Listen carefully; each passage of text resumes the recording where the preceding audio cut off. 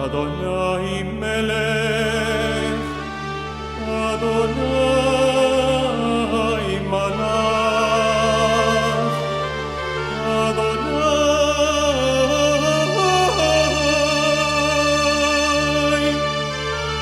Yimloch,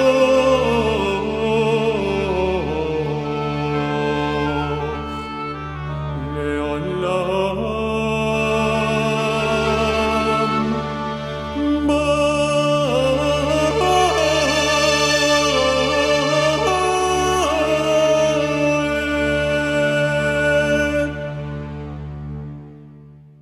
Vamos a comenzar con una pregunta. Aquí tenemos una pregunta, por favor, ¿la quieres formular? Sí, a ver si lo... O sea, yo estoy completamente convencida de lo que me voy a encontrar una vez abandone los 3 primeros cuerpos. Muy bien. Pero lo que no me explico es, por ejemplo, mi madre, su padre, ella murió a los 98, con lo cual a muchísimos años. Entonces no me cuadra que ella hablaba de que el último mes, de que veía a un señor muy alto vestido de militar y la venía a visitar. Su padre era militar, ella no lo relacionaba, yo pensé, bueno, pues será su padre. Y mucha gente de la que conozco experimenta lo mismo. Entonces mi pregunta es, si la propia mente no crea estas imágenes para ayudarnos o consolarnos, o que no tengamos tan claro el primer proceso de la muerte, el pavor. Si la mente no crea estas imágenes para protegernos en cierta forma. Sí, es una buena pregunta y de hecho has enfocado el tema que vamos a tratar hoy, puesto que vamos a hablar de estos estados post-mortem, que nos faltaban algunos pequeños aspectos que considerar. Primero, así a título de resumen, antes de entrar en tu pregunta, el árbol de la vida representa un ser humano, estos son los diferentes cuerpos, este nivel de aquí es el cuerpo físico y a partir de este sol interior hacia arriba es lo que llamamos el ser real. Cuando fallecemos, primero desaparece el cuerpo físico y un soporte energético que es el cuerpo vital. Después desaparece el nivel emocional, psíquico, subconsciente en la personalidad. Finalmente desaparece el nivel mental, se desintegra, es como una muerte física y el individuo se recoge en lo que es la realidad de él, el nivel espiritual y divino. Ocurre un proceso y a partir de ese proceso el procedimiento es inverso hasta que volvemos a nacer.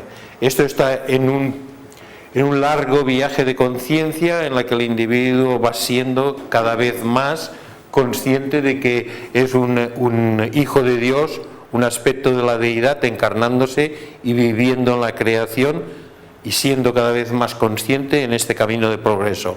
Vida tras vida, el individuo ha conseguido un cuerpo físico cada vez más perfecto, como se ha perfeccionado la humanidad en un todo, después un nivel emocional, después un nivel mental y ahora la humanidad está como un todo entrando en el descubrimiento de los niveles espirituales.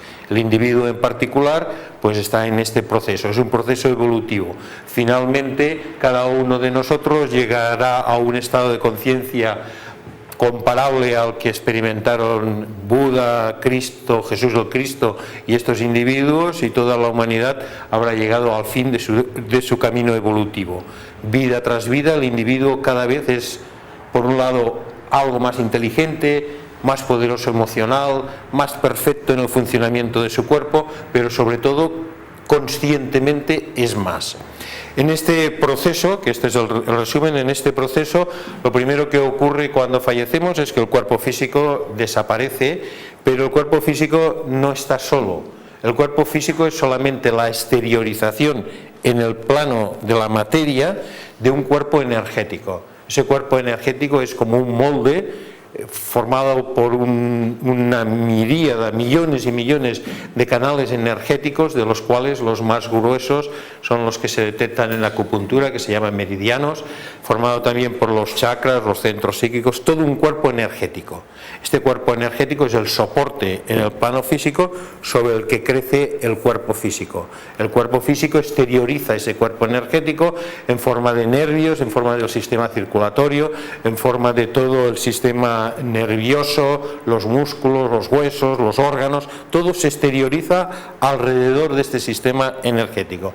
En el momento en que fallecemos, en el plano físico, el fallecimiento ha de ser doble para que esté bien efectuado en el plano físico. Doble quiere decir que por un lado ha de desaparecer nuestro cuerpo físico y por el otro lado este cuerpo energético que era el soporte de la vida que desciende desde lo alto a través de 3 canales, este cuerpo energético representado aquí por la luminosidad que está más allá de lo físico, pues tiene también que desintegrarse, tiene que desaparecer, tiene que difuminarse.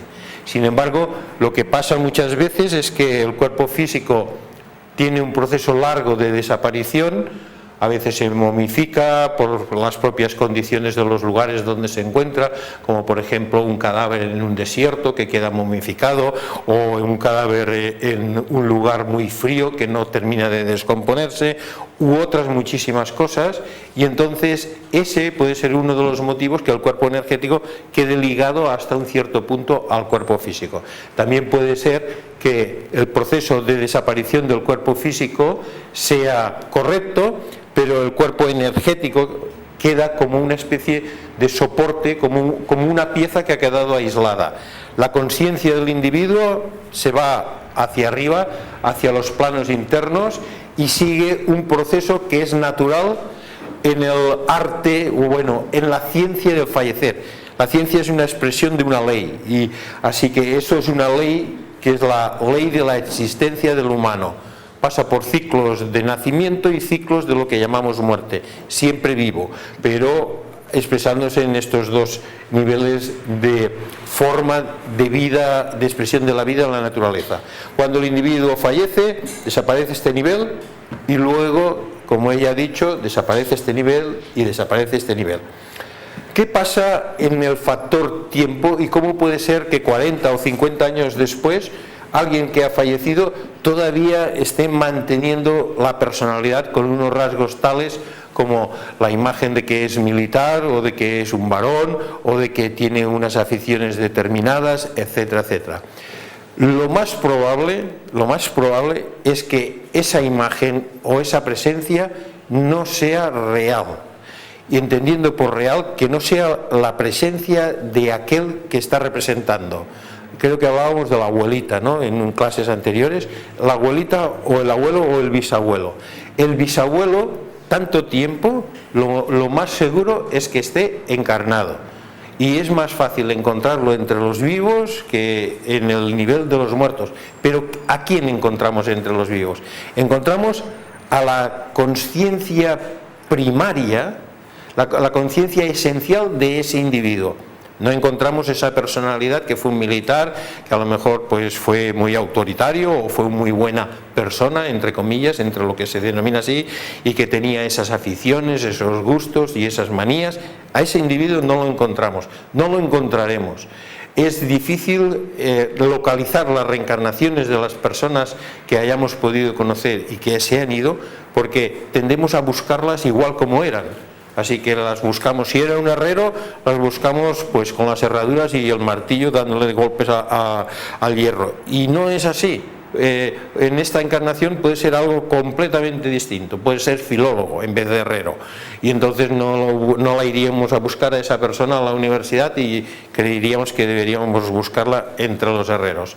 Sin embargo, una vez salvado este concepto, el hecho de que han pasado tantos años, no es posible que esté el abuelo. No es ley natural. Es como si ahora dijéramos, este señor tiene 145 años y es un señor normal. Una salvedad, los maestros de sabiduría fuera de nuestro cómputo, estos son otras cosas. De hecho, ni se les llama humanos, se llama superhumanos, son otros individuos, no hablamos de ellos. Pero si nosotros decimos que este es un señor normal, y decía, este señor era mecánico, ¿y qué edad tiene? 156 años. Esto no es verdad, ¿cómo va a tener 156? Hay algo que en el ritmo normal de la humanidad esto no es posible. 105, digo, oh, bueno, ¿y cómo está? ¿Cómo está? Pues muy viejito, ¿no? 105, 104, no, eso ya podría ser. Y dice, 90 años, bueno, ya entra dentro de lo normal.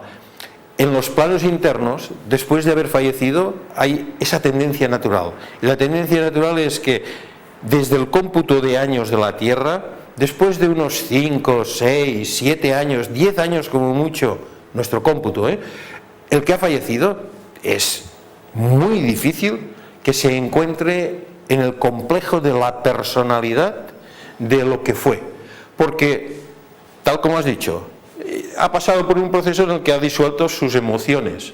Sus emociones quiere decir que todo aquello en lo que él se expresaba, tal como celos, ambiciones, avaricias, egoísmos, egolatría que todo el mundo tiene, enfados, los resentimientos, las heridas, que todo eso marca una personalidad, porque una personalidad tiene unos rasgos y unas características que la marcan, y el cuerpo físico responde a ese nivel emocional. Todo eso ya se ha disuelto, ha muerto, así que ya ha desaparecido el cuerpo físico.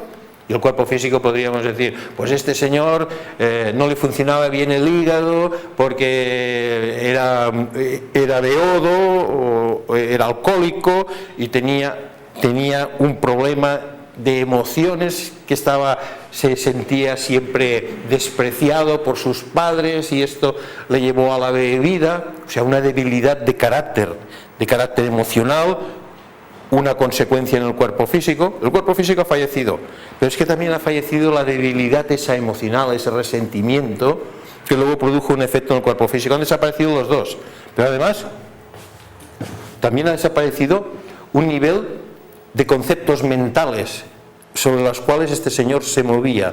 Y ese señor pensaba que todos los individuos son así, que lo único importante en la vida es que tengas dinero. Toda una serie de conceptos se rompen en un proceso que lo estudiaremos, le vamos a dar mucha atención, porque es un proceso bastante severo. Quizás es más severo este nivel que el nivel de la muerte del plano físico. En el plano físico, el cuerpo físico se muere y algunos pues lo viven esa experiencia de una manera muy traumática, muy dolorosa, muy penible, etcétera, pero no es el final. Luego hay un fallecimiento de los conceptos mentales con los cuales hemos estado tan encariñados y nos hemos expresado de una manera que nosotros consideramos tan sabios. Pues somos muy sabios nosotros, cada uno de nosotros. Pues esto también fallece. Y cuando ha fallecido todo esto, ¿qué queda? Eso hemos de saberlo descubrir ahora, pero si no lo descubrimos también en cada fallecimiento lo redescubrimos.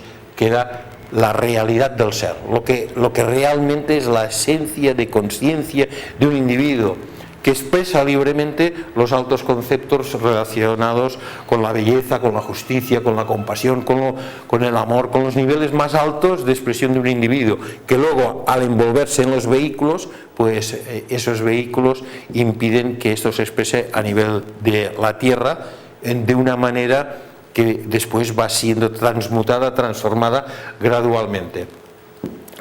En el proceso de 2, 3, 4 décadas, el individuo no solo ha pasado por esta disolución, sino que también ha pasado por la disolución del cuerpo mental. Y es decir, que al fallecimiento de un ser que cuando estaba encarnado aparece en los mundos de los fallecidos, este individuo, el abuelo o el bisabuelo, es muy difícil que reaccione, porque no tiene intereses ya. No tiene intereses en la tierra de ningún tipo, no tiene intereses ni en los hijos, ni en los padres, ni en la pareja. El único interés que tiene, podemos llamarlo así, es un interés de amor universal. que supera todos estos amores particulares y restrictivos y entra dentro de un estado de conciencia en el cual adquiere la necesidad de volver a encarnar por el proceso evolutivo propio en el que se encuentra dentro de la humanidad. Así que vuelve a encarnar. Pero hemos de saber conceptuar que pasado un determinado lapso de tiempo no le interesa, no tiene interés en ninguno de sus familiares o amigos. Pero esa falta de interés no es por egoísmo o porque pase de ellos, o es por otro aspecto superior que podríamos explicarlo diciendo que hace homogénea a toda la raza humana. Si no ocurre eso y el individuo o bien está en los planos internos o ese bisabuelo ya está encarnado y deberíamos buscarlo entre los encarnados, entonces ¿qué es lo que ve la persona? Pues pueden ser muchas cosas, como estábamos diciendo. Una de ellas es la propia hipótesis que tú has dicho. Una persona es capaz de ver todo lo que se invente ver. No tiene restricciones. El juego mental, este juego mental emocional, es muy engañoso para cada uno de nosotros. Nosotros nos engañamos muchísimo. Nos engañamos cuando vemos una foto de nosotros mismos reciente, decimos, hubo uno ahora que lo dijo, hace poco, dijo lo siguiente, era una foto de grupo y dijo, este viejo de barba blanca, ¿quién es? Lo decía sinceramente. Y todos lo miraron diciendo, ¿eres tú? Y se quedó muy cortado. Este viejo de barba blanca, ¿quién es? Era él. No, es decir, no se reconocía en la foto. Y ninguno de nosotros nos reconocemos. Los padres no reconocen a sus hijos en la simple forma visual. Lo ven siempre como el niño. ¿Queréis otro ejemplo? Una madre, de por aquí de la escuela, una madre abre esta puerta y viene un amigo de su hijo que había estado estudiando en el colegio, el bachillerato con él, de lo cual hace 20 y tantos años. Entonces se le había anunciado a esta madre, se van a encontrar aquí tu hijo con un amigo de juventud de tu hijo. Entonces la madre abre la puerta y entonces aparece un señor, según describe la madre, un señor muy mayor, y el señor mayor le dice, ¿está fulanito? Y la madre dice, sí, es mi hijo, ¿quién eres tú? Y el señor dice, yo soy fulanito tal, el amigo de tu hijo. Y la madre dice, ¿cómo este señor mayor puede ser el amigo de mi hijo, de mi niño? Pero es que el señor mayor y el hijo son iguales. Es decir, los pones uno al lado del otro, los dos tienen la misma edad, los dos tienen el mismo aspecto, pero la madre no ve al hijo como es. Si solamente esto nos engañan también los factores de memoria. Nosotros recordamos el pasado inventado. No, yo recuerdo fielmente. No, es un pasado que modificamos. Las cosas no fueron ni siquiera como las relatamos cuando creemos que las relatamos sinceramente. Nosotros explicamos una cosa. Si a los 19 años a mí me pasó esto, me pasó lo otro, y lo que explicamos se parece poco a lo que realmente ocurrió. Algunos parecidos sí, pero los modificamos y a veces ni siquiera tenemos percepción de los que los estamos modificando. Los modificamos en relación a lo que queremos que el otro perciba, a una situación, al final nos creemos nuestros propios engaños, al final lo que explicamos se parece poco a lo que realmente ocurrió. Si somos capaces de hacer eso en cosas cotidianas, ¿cómo no puede ser en relación a, como también has nombrado, a procesos donde hay miedo, a procesos hacia lo desconocido, a procesos en los cuales nosotros nos acogemos a las creencias, nos acogemos a todo aquello que se nos ha dicho, que va a venir a esperarnos nuestros papás o nuestros abuelos, que no pasa nada porque vendrán aquí. Creamos muchos de estos conceptos. Había una señora, este es un caso real, había una señora que vivía, era una señora de unos 68 o 69 años, es un caso real, ha ocurrido hace muy poco tiempo. Esta señora vivía con su marido de la misma edad, en una casa solos. Pero no dormían como pareja, sino en habitaciones separadas. Esta señora tenía muchos celos de su marido, que era un poco mayor que ella, tendría 75, casi 80, pues decía que su marido la engañaba todos los días. Y entonces el marido no salía de la casa, pero la señora decía que no tenía para qué salir de la casa. Esto es muy real, nada, os podría decir quién es y todo. No tenía por qué salir de la casa, porque la señora que venía a hacer el amor con su marido se escondía en el armario, se escondía debajo de la cama, o cuando ella entraba en la habitación acababa de salir por la ventana. La había visto, según decía, más de una vez. Incluso una vez entró en la habitación de su marido y estaba debajo de la sábana. Ahí estaba la señora. El único detalle es que esas situaciones que pues estaban ocurriendo en pleno invierno, donde en la calle estaban a menos unos cuantos grados, y se suponía que la señora esperaba que fueran las 2:30 de la madrugada para entrar a ver al amante, a un amante que poca vitalidad tenía este amante para ser un Juan Tenorio, y entraba en la casa, estaba un par de horas y luego se iba, todas las noches. Esa señora se hubiera dejado cortar un brazo, juraba que era verdad. Hablabas con ella y decía que la había visto, que un día vio cómo se escondía detrás del sillón, que un día vio cómo entraba en el armario, que un día hasta la pilló saliendo por la ventana. Y en el resto de la vida era una persona absolutamente normal. No es que dijera, esta persona está sonada, pero en cambio tenía unas visiones que evidentemente forman parte de un cuadro patológico, psicológico y psiquiátrico, pero un hecho real. Cuando nosotros nos acercamos a escenarios de estrés psíquico, nuestra mente es capaz de hacer muchas cosas. Así que una de las opciones de lo que puede ocurrir es que estemos creando unas visiones que en realidad no existen para nada, solamente existen como un producto de nuestra memoria, de las imágenes de nuestra memoria, unido a una necesidad de estar más tranquilos y más seguros. Esta es una opción, pero no son todas. ¿Qué quiere decir que no son todas? Que también hay otras opciones. Y otras opciones es que realmente esté percibiendo a alguien y que realmente lo que esté percibiendo sea un caso real. Y entonces se abre también otro abanico de posibilidades, y es que sea una forma angélica, es decir, dicho muy simple, sea un ángel que tiene el propósito de tranquilizar a esa conciencia, a ese individuo. También puede ser otro humano, un humano que trabaja en servicio ayudando a los que desencarnan.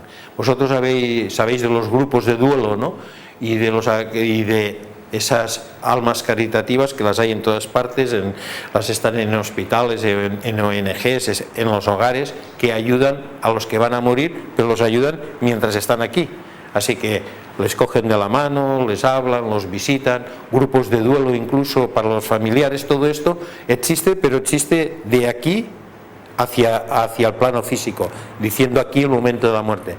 De la misma manera existen grupos de atención para los que han fallecido, que están formados por seres humanos que saben estar conscientes cuando su cuerpo físico duerme, lo cual no es nada difícil ni nada extraordinariamente inaccesible, ya que hay mucha experiencia de esto al respecto, y las escuelas de instrucción espiritual, esta es una de sus asignaturas, está incluida en sus asignaturas. Pues en estos seres que son capaces de ser seres humanos, que son capaces de ser conscientes mientras sus cuerpos físicos duermen y están espiritualmente orientados, pues algunos de ellos se dedican, bajo instrucción y orientación superior espiritual, se dedican a atender a los que fallecen, pero no antes del fallecimiento, sino desde el fallecimiento hacia afuera. Entonces, estos a veces utilizan la memoria del individuo, para que sea un puente de unión, un intermediario, y se hace presentar la figura del abuelo, de la abuela, de a veces un individuo que ha ayudado mucho, pero en realidad no lo son. Es como si se vistieran del personaje o se vistieran de los recuerdos. También puede ser que cojan el cuerpo vital, los restos energéticos que hayan quedado, que no se han disuelto todavía, y estos restos energéticos son como una vestimenta.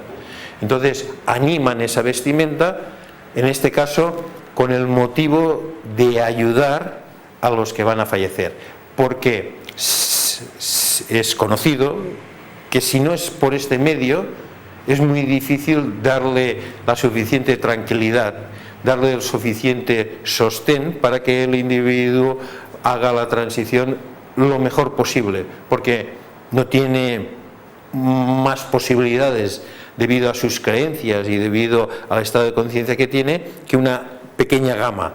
Entonces se utilizan los recursos de esta gama y luego, en la medida en la que se puede, ya se le hace ver que eso ha sido solamente un proceso de ayuda en el momento del fallecer.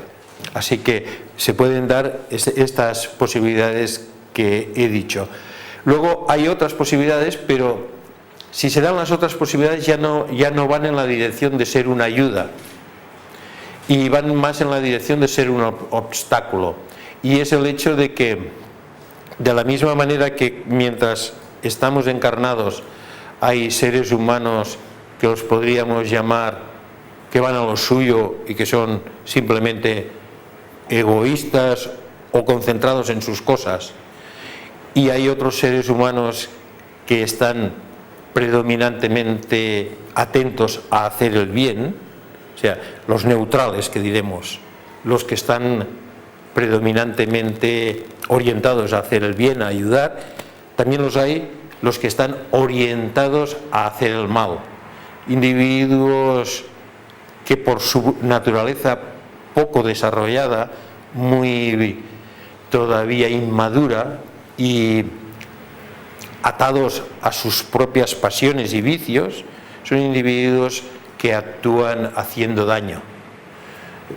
Como nosotros decimos, pues un asesino en serie, bueno, es un individuo que por una serie de imperfecciones en su conciencia va haciendo daño a la humanidad viva. También existen individuos que, una vez desencarnados, han quedado atrapados muy cercanos a la tierra, ya no tienen el cuerpo físico, pero tienen una tendencia y una necesidad a hacer daño todavía o a molestar. Tienen una necesidad de crear miedo, por eso digo no sería el caso porque es a la inversa, de crear miedo, de crear dependencia energética, de sentirse muy cercanos a la tierra como si no hubieran fallecido y continuar animando unos tipos de emociones que les dan energía a ellos, y esos individuos utilizan lo que popularmente en teosofía se llaman los cascarones astrales, que son esos restos de cuerpos energéticos que todavía no se han disuelto, pero que no son el individuo, que el individuo ya se ha ido. Pues entonces ocupan estos cuerpos energéticos, y como los cuerpos energéticos tienen los patrones de lo que fueron, el patrón del militar o el del herrero o el de la señora, pues reviven esos patrones. Y cuando reviven esos patrones, pues parece que es el individuo, pero en el fondo no lo es. Esto es importante conocerlo cuando el estudiante espiritual se adentra en estos mundos, porque es uno de los peligros que existen al expandir la conciencia hacia los planos internos, y es también una de las posibilidades que puede ocurrir cuando un individuo desencarna. Ya hemos dicho que cuando un individuo desencarna, lo mejor es que entre dentro de los procesos de una tradición religiosa, de unas creencias, y que llame en ayuda en ese nivel para que el proceso sea lo más protegido y lo más limpio posible. Pero cuando no se dan esos procesos y el individuo está solo y el individuo no ha querido entrar dentro de una corriente religiosa, pues puede sentirse muy molesto o muy molestado por este tipo de entidades que son del orden, podemos llamarlas incluso del orden del vampirismo energético y de la parasitología también energética, etcétera. De esto hay mucho, y tampoco es necesario entrar en el nivel de los fallecidos, porque está ocurriendo constantemente en la humanidad en el nivel de los que todavía están encarnados, y los procesos patológicos se manifiestan como obsesiones, como manías, como psicosis, como faltas de vitalidad y como incluso enfermedades mentales mucho más graves. Y son individuos que utilizan cuerpos energéticos para estar muy apegados a la Tierra, porque se niegan a sentirse muertos, se niegan a la realidad del proceso evolutivo. Y esto es algo que está ocurriendo con muchísima intensidad a lo largo y a lo ancho de toda la humanidad, y está disfrazado a veces a través de muchas culturas y de muchas tradiciones, pero en el fondo es tan simple como el hecho de que alguien que ha fallecido no quiere aceptar el proceso natural y quiere todavía estar encarnado y se agarra a lo que puede. Si ese individuo es nefasto en su manera de ser, sigue siéndolo después de haber fallecido. Hay luego si acaso volvemos aquí, hay un factor que quiero explicar ahora, y es el factor de el tiempo inmediatamente después de haber fallecido. Y es que en ese tiempo inmediatamente después, que son días u horas, a veces pueden ser semanas, el que ha fallecido sigue manteniendo todos los rasgos de la personalidad que tenía cuando estaba encarnado. Después es cuando van disolviéndose y van desapareciendo paulatinamente, pero en la franja de tiempo inmediatamente después de haber fallecido, en esa franja que en nuestro tiempo, desde el plano físico podríamos decir unas semanas o unos días, el recién fallecido siente su nivel emocional, piensa e incluso quiere manifestarse en el plano físico, aunque ya no puede, de la misma manera idéntica a como era cuando estaba encarnado. Voy a poner dos ejemplos de la misma persona. Uno de los instructores que hemos traído a escuelas de misterios durante muchos años se llama Zev Ben Shimon Halevi. Es un instructor de Cábala de prestigio internacional, de mucha valía, ha escrito una gran cantidad de libros y es alguien de confianza que enseña la Cábala desde un punto de vista liberal, pero con una coloración muy tradicional, muy judía.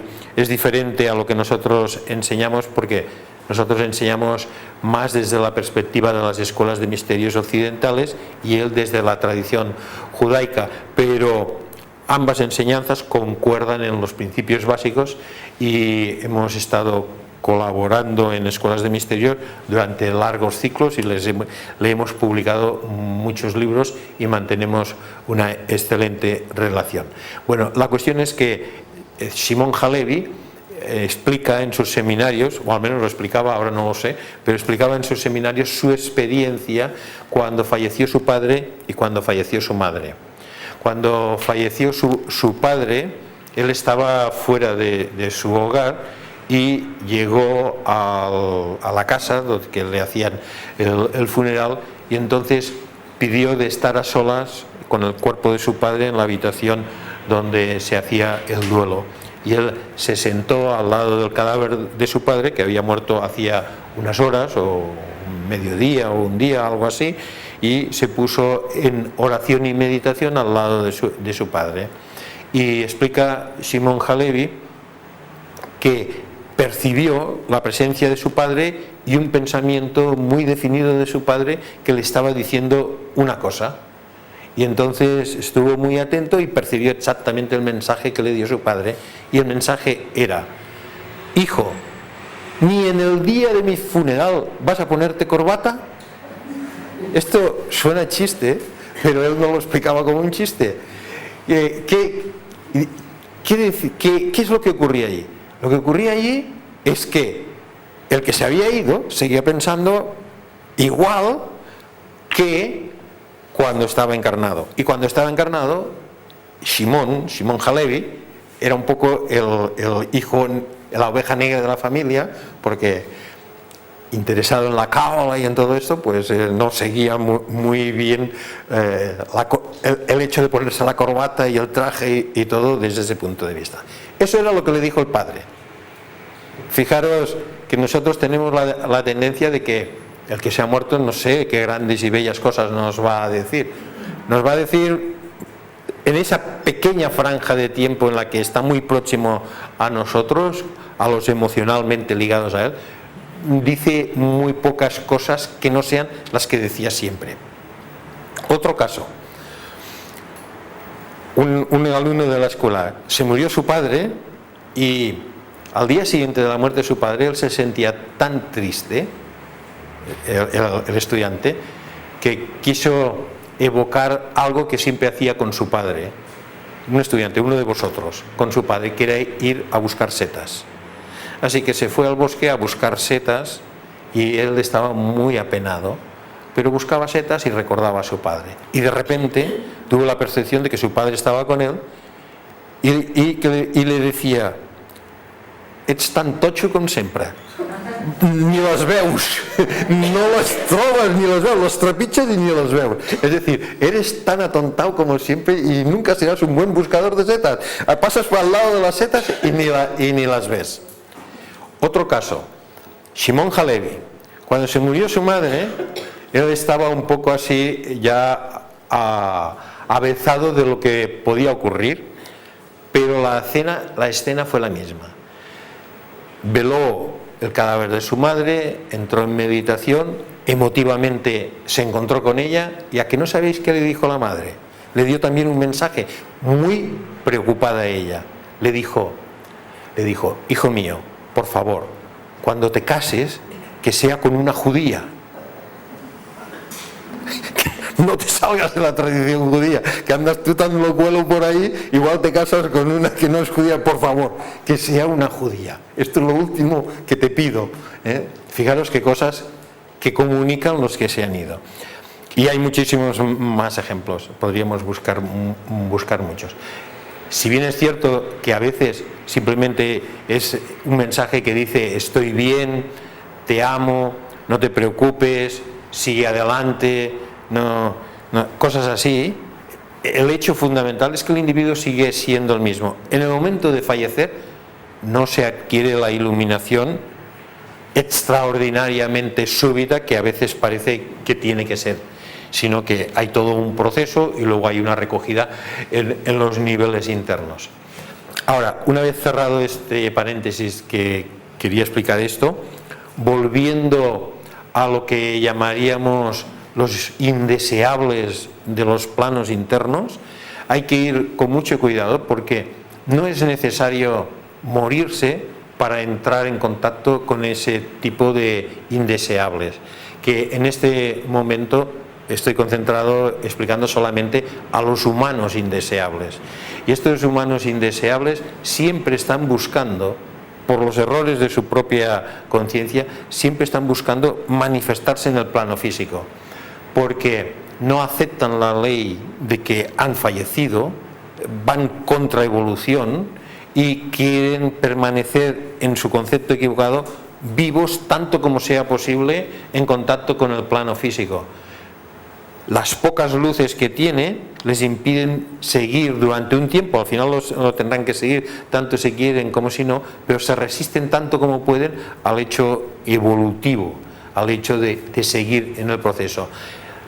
Ocupan cuerpos energéticos ambientales de personas que han fallecido, entran en las auras de los individuos débiles de constitución, los obsesionan con sus propias ideas, con sus vicios, con sus manías, y a veces los desvitalizan tanto hasta que los enferman hasta que pueden llegar a casos de lo que se llama posesión y hasta procesos en los que el individuo puede llegar a manifestar 2 personalidades, 3 personalidades. No existe una entidad tal como el diablo o el demonio, que es un ser universal que hace la competencia a Dios. Esto no existe, no, es un bulo, no existe una cosa así. Pero sí existen los demoniejos, los pequeños demonios que nos pueden fastidiar bastante y no son tan lejos de nuestra manera de ser, porque una buena parte de ellos han sido y son humanos y son tan nefastos como puedan ser algunos individuos en el plano físico, que los encontramos que algunos son ladrones, otros son unos aprovechados, otros son unos estafadores, y bueno, solamente tenemos que estar atentos a las noticias para ver toda la gama de individuos poco deseables que puede haber en una sociedad. Esos mismos individuos, cuando desencarnan, puede que algunos de ellos queden envueltos en sus propios defectos, sus propias ambiciones, sus propias negatividades, y durante un tiempo estén intentando estar encarnados y siguiendo molestando a los humanos, tanto en los humanos que están en el proceso de fallecer como en los humanos encarnados. Uno de los sistemas más fáciles para que esas entidades, en este caso humanas, entren en contacto con los humanos son los sistemas que, bajo diferentes denominaciones y prácticas, hacen que el humano se abra a estas entidades.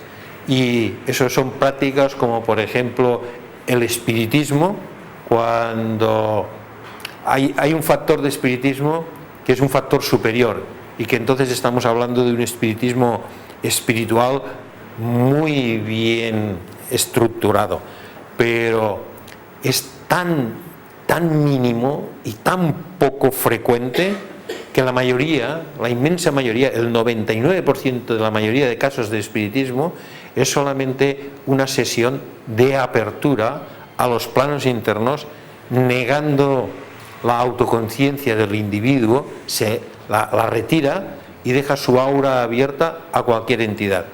Estas entidades penetran, entran en contacto con los individuos en una sesión de espiritismo y entonces se aprovechan del cúmulo energético que hay allí, extraen la vitalidad para seguir ellos vivos, energéticos, en contacto con la Tierra, sienten que están experimentando las experiencias de la Tierra a través de otros seres humanos que les dan su cuerpo físico, su nivel de expresión en el plano físico, y pueden llegar a crear tremendas y grandes anomalías conductuales de insanía mental y también enfermedades físicas, y se abren. Esto tiene su origen en los procesos que llamamos de mediums. En su inmensa mayoría no es recomendable en absoluto las sesiones de medium por este gran peligro que encierra, pero vamos a dejar alguna parte y vamos a decir que siempre puede haber un factor que esté esto muy bien hecho. Como nunca he conocido ninguno directamente y he conocido muchos, puedo decir que en mi experiencia siempre ha encontrado los factores peligrosos. Y los factores peligrosos es que los que participan en una sesión de estas, de medium, de espiritismo, se abren a todo este tipo de entidades. En principio, entidades humanas, entidades malévolas, y llegan a ser primero presas de estas entidades.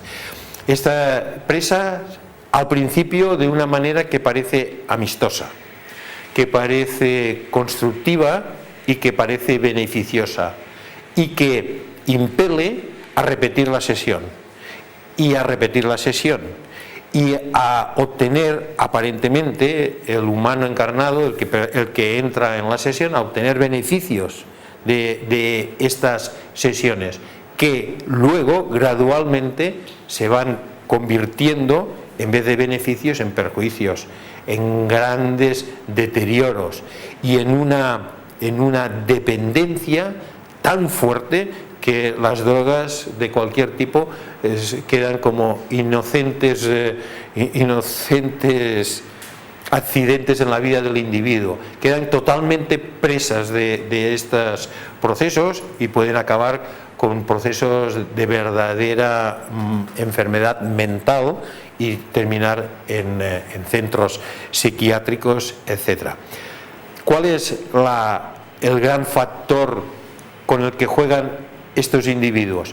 Y es que cuando estos individuos que han desencarnado, que son individuos de poca luz y se resisten a irse del plano físico, cuando estos individuos ocupan un cuerpo energético, adquieren la habilidad de ver la memoria de ese cuerpo energético, puesto que están en el nivel emocional aquí y no en el nivel físico.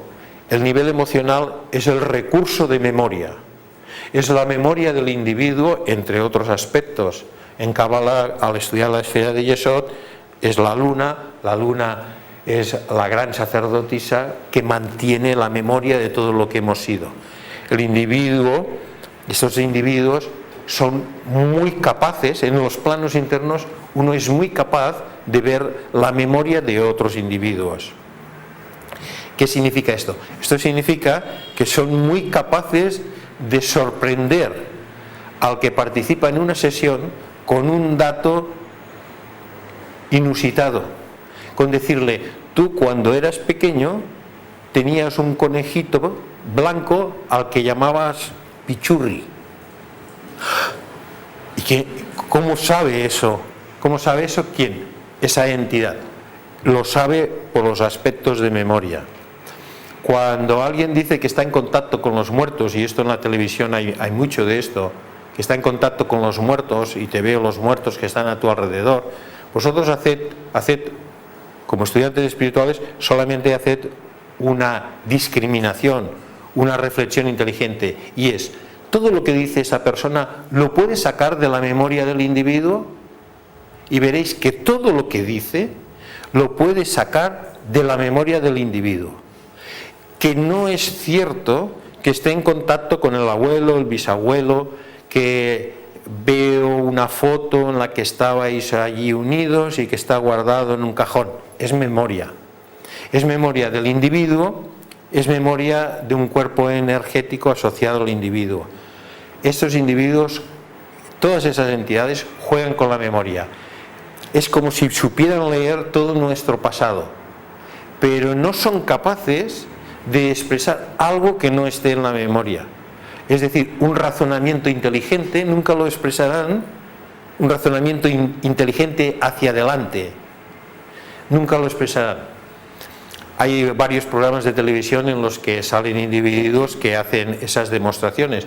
Te pones delante de mí, veo una señora mayor de cabello blanco que llevaba un anillo con piedra azul. Esa señora mayor te quería mucho. El anillo se perdió. Es impresionante porque eso la que habla no lo sabe, aparentemente no lo sabe, la otra no se lo ha dicho a nadie, y cómo sabe que su tía abuela o su madre tenía un anillo así. Lo extrae de la memoria del sujeto. Es capaz de entrar en un nivel y leer la memoria del sujeto, la memoria del que está delante, y de esa información puede sacar las imágenes y los hechos, pero siempre estará hablando de un pasado. Y cuando esté hablando de un pasado os daréis cuenta de que está leyendo solamente como si el individuo tuviera unas hojas de información y las está leyendo, y puede acertar mucho y puede ser muy impresionante, pero no es cierto que esté la entidad ahí al lado, no es cierto que esté el abuelo, no es cierto que esté el bisabuelo, nada de eso es tal como se presenta, es solamente el concepto que he explicado, y os daréis cuenta por el hecho de que nunca dirá que la entidad está expresando una oración, un pensamiento razonable e inteligentemente formulado del presente o hacia el futuro. Si vosotros realmente pudierais, después de fallecidos, al cabo de unos años, entrar en contacto por medio de una medium y darle un consejo a un hijo que tiene una dificultad, y podéis estar en los planos internos, le diríais: hijo mío, estos estudios que estás haciendo no son para ti, o ve con cuidado que esta novia en realidad no es una novia y lo único que quiere es esto. Le diríais algo, ya que estáis viendo desde los planos internos, que iría del presente hacia adelante. Pero como no son entidades, sino que son lecturas de memoria, nunca existen esos razonamientos ni estos pensamientos. Lo dejamos aquí por dos razones: se ha agotado la cinta y se ha agotado el tiempo. Próximo día iremos a más. Vamos a cerrar, por favor.